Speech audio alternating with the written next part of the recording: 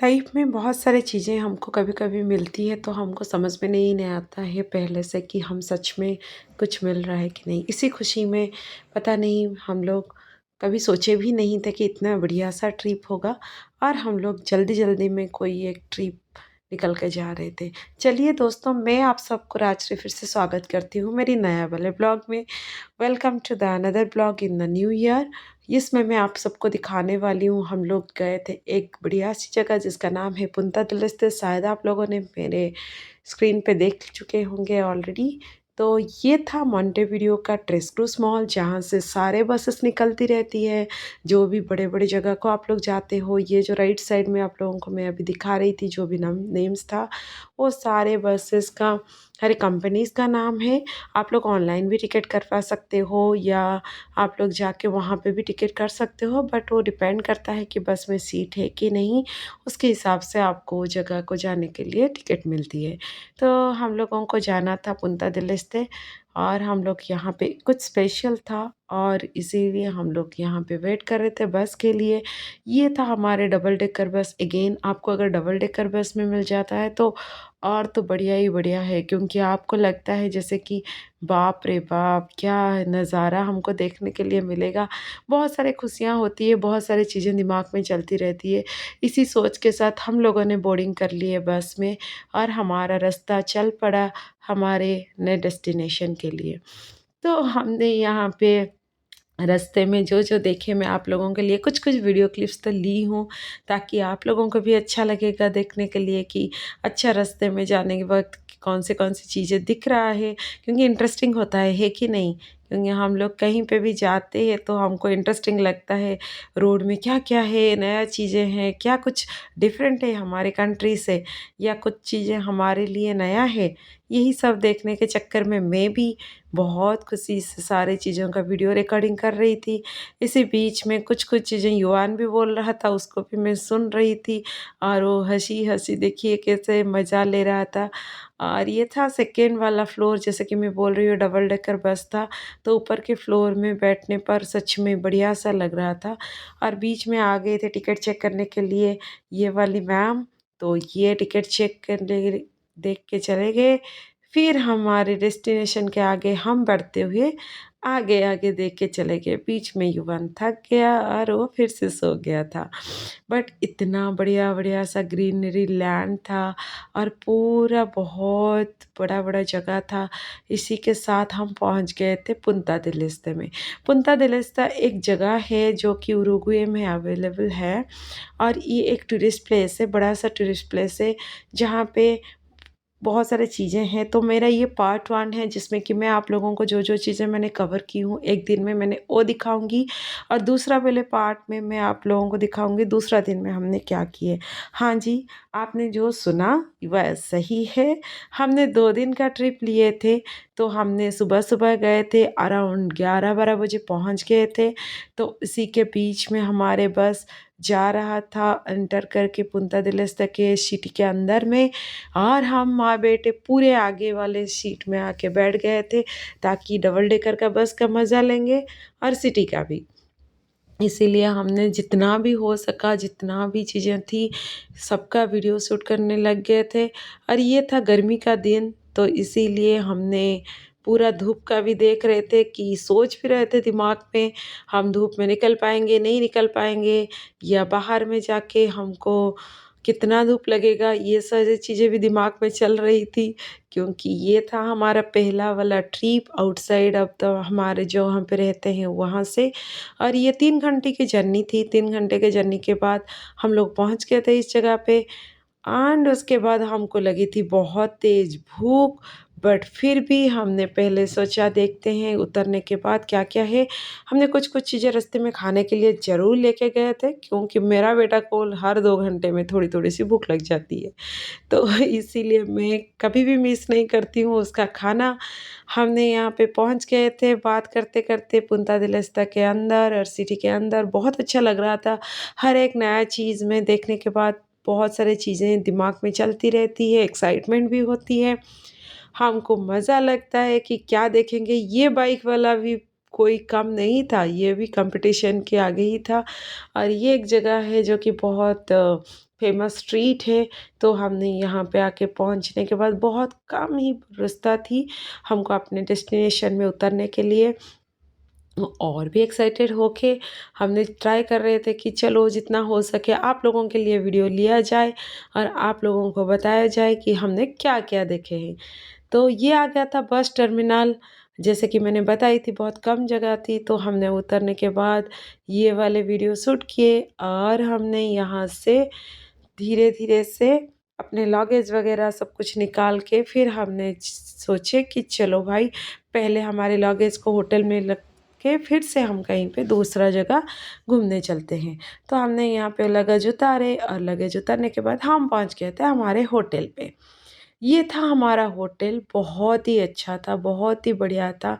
मैं हर एक वक़्त को उस जहाँ पे भी हमको अच्छा लग रहा था, मैं हर वो इंसान को थैंकफुल हो रही थी, जिन्होंने हमारे लिए इतने बड़े से प्लान किया था और जिन्होंने हमको ये सजेशन दिया था, हमारे लिए टाइम निकाला था, हमारे लिए बहुत कुछ उसने किया था उस इंसान को।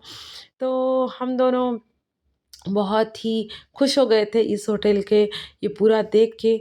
उसके बाद हमने तुरंत निकल पड़े पोर्ट के पास जो कि था जाने के लिए गोमती आइलैंड। तो मैंने जैसे बताई कि यहाँ पे कौन सी चीज़ है मैं आप सबको दिखाऊँगी।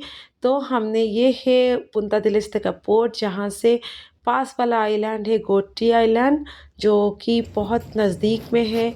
हार्डली 20-25 मिनट लगता है बोट में। आप लोगों को यहाँ पे आके टिकट लेना पड़ता है और टिकट अराउंड 400 टू 500 पेसोज़ होता है। तो यहाँ पे आप लोग टिकट लेके जाते हो, फिर आप बोर्डिंग करते हो। तो यहाँ पे जैसे आप लोग देख सकते हैं लोग ऐसे बोर्डिंग करके बैठते हैं पूरे, मतलब जो जिसको जैसे टाइप के बोर्ड चाहिए आपने जो देखा।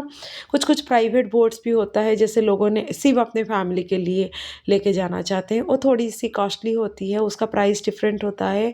तो वो लोग ऐसे जैसे याच भी होता है तो लोगों ने वो भी कैरी करके लेके जाते हैं ताकि मज़ा ले पाए और वो आइलैंड में। तो हम जैसे जैसे दूर जाते रहते थे सिटी से, तो मैंने फ़ोटोज़ का कोई भी कसर नहीं छोड़ी थी ताकि मैं बाद में पछताना ना पड़े कि मैंने कुछ फ़ोटोज़ नहीं ले पाई या वीडियोज़ नहीं ले पाई। हमने आके पहुँच गए थे आइलैंड पे और ये आइलैंड का एंट्री था और क्या बताऊँ, सच में धूप तो था ही, बट उसके साथ जो मज़ा था वो तो आप लोग देख के ही पता कर सकते हैं। बहुत ही बढ़िया काम सी प्लेस है, बहुत ही क्लीन प्लेस एंड उसके साथ था बहुत ही बढ़िया सा नज़ारा, एनवायरनमेंट, क्या-क्या लॉन्ग लॉन्ग ट्रीज़ और कुछ-कुछ लोग अपने पिकनिक कर रहे थे, फैमिली पिकनिक। और हम पहुँच गए हमारी फ़ेवरेट जगह, हर किसी की फ़ेवरेट जगह बीच ही तो होती है कि नहीं? बट ये बीच थोड़ा-सा डिफरेंट थी, आप लोग देख सकते हो, ये थोड़ा-सा स्टोन वाला बीच था, जो कि बहुत क्लियर था। तो इसी बीच में हमने भी थोड़े से नहाए, थोड़ा टाइम स्पेंड किए, फिर वापस 2-3 घंटे के बाद वापस निकल के आ गए थे सिटी में। तो यहाँ पे मेन चीज़ होता है सी लायन, जो कि आप यहाँ पे देख सकते हैं। तो सी लायन जो होता है, यहाँ इस लोगों के लिए भी एक आइलैंड है कंप्लीटली, तो वो थोड़ा-सा दूर में है और वो आप लोगों को 10 बजे से पहले टिकट करना पड़ता है।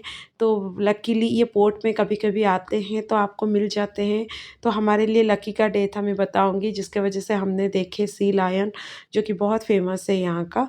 तो हमने यहाँ पे देखे, उनके साथ टाइम स्पेंड किए, उनके साथ फ़ोटोज़ खींचे और जितना भी हो पाया हमने उनको ट्राई किए समझने के लिए वो लोग क्या कर रहे हैं अपने-अपने दुनिया में।